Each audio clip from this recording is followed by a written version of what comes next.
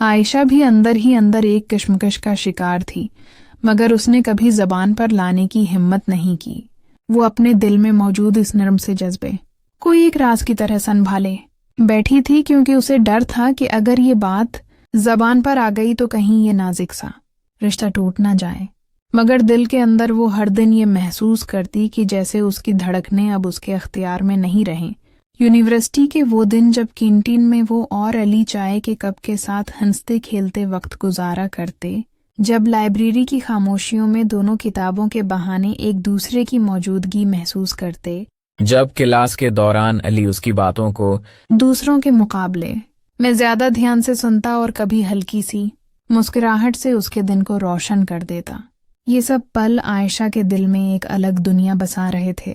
وہ اکثر سوچتی کہ کیا علی بھی یہی سب محسوس کرتا ہے، یا یہ صرف اس کے دل کی ایک کمزوری ہے۔ وہ اپنے دل کو سمجھاتی رہتی کہ یہ سب محض اتفاق ہے، مگر ہر دن ایک نیا لمحہ اسے اور زیادہ قائل کر دیتا کہ شاید یہ تعلق عام دوستی سے کہیں بڑھ کر ہے۔ دوسری طرف علی بھی اپنے اندر ایک عجیب سی کیفیت میں مبتلا تھا۔ وہ ہمیشہ دوسروں کے لیے ہمدرد اور مددگار رہتا تھا، مگر عائشہ کے ساتھ اس کا رویہ مختلف تھا۔ وہ اس کی چھوٹی چھوٹی باتوں کو بھی دل سے محسوس کرتا، اور جب کبھی عائشہ پریشان ہوتی تو بغیر کہے ہی سمجھ جاتا کہ وہ کس کیفیت میں ہے۔ یہ احساس دونوں کے دلوں میں موجود تھا، مگر زبان پر لانے کی ہمت نہ اس کے پاس تھی نہ اس کے۔ دن گزرتے گئے اور یونیورسٹی کا وقت تیزی سے اپنے اختتام کی طرف بڑھنے لگا۔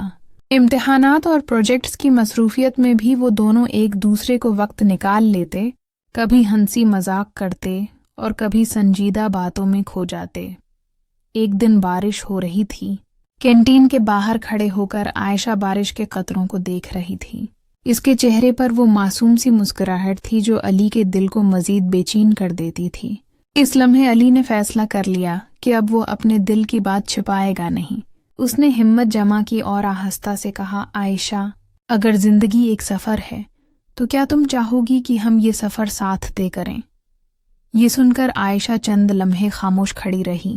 دل کی دھڑکنیں تیز ہوئیں اور پھر اس نے نظریں جھکا کر مسکرا دیا۔ یہ مسکراہٹ ہی علی کے لیے سب سے بڑا جواب تھی۔ اس دن کے بعد ان دونوں کا رشتہ اور مضبوط ہو گیا۔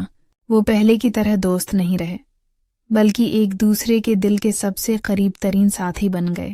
انہوں نے طے کیا کہ اب وہ اپنے خوابوں کو بھی ساتھ مل کر پورا کریں گے۔ یونیورسٹی مکمل ہونے کے بعد علی نے اپنے گھر والوں سے بات کی، اور عائشہ نے بھی ہمت کر کے اپنے والدین کو اعتماد میں لیا۔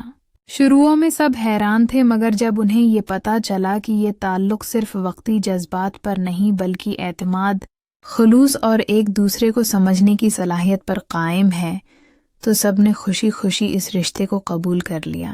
شادی کا دن آیا تو عائشہ کے لیے یہ یقین کرنا مشکل تھا کہ جس شخص کو وہ کبھی اپنی زندگی کے ایک عام ساتھی کے طور پر دیکھتی تھی، وہ آج اس کی زندگی کا سب سے بڑا سہارا بننے جا رہا ہے۔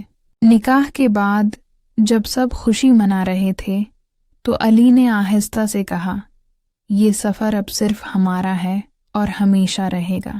اور عائشہ نے سر جھکا کر آنکھوں میں آنسو لیے مسکرا دیا۔ وہ آنسو خوشی کے تھے۔ اس دن کے بعد ان کی زندگی میں نئے رنگ بھر گئے۔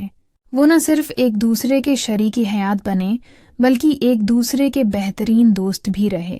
علی نے ہمیشہ یہ کوشش کی کہ عائشہ کے خواب ادھورے نہ رہیں، اور عائشہ نے بھی ہر موقع پر علی کا ہاتھ مضبوطی سے تھامے رکھا۔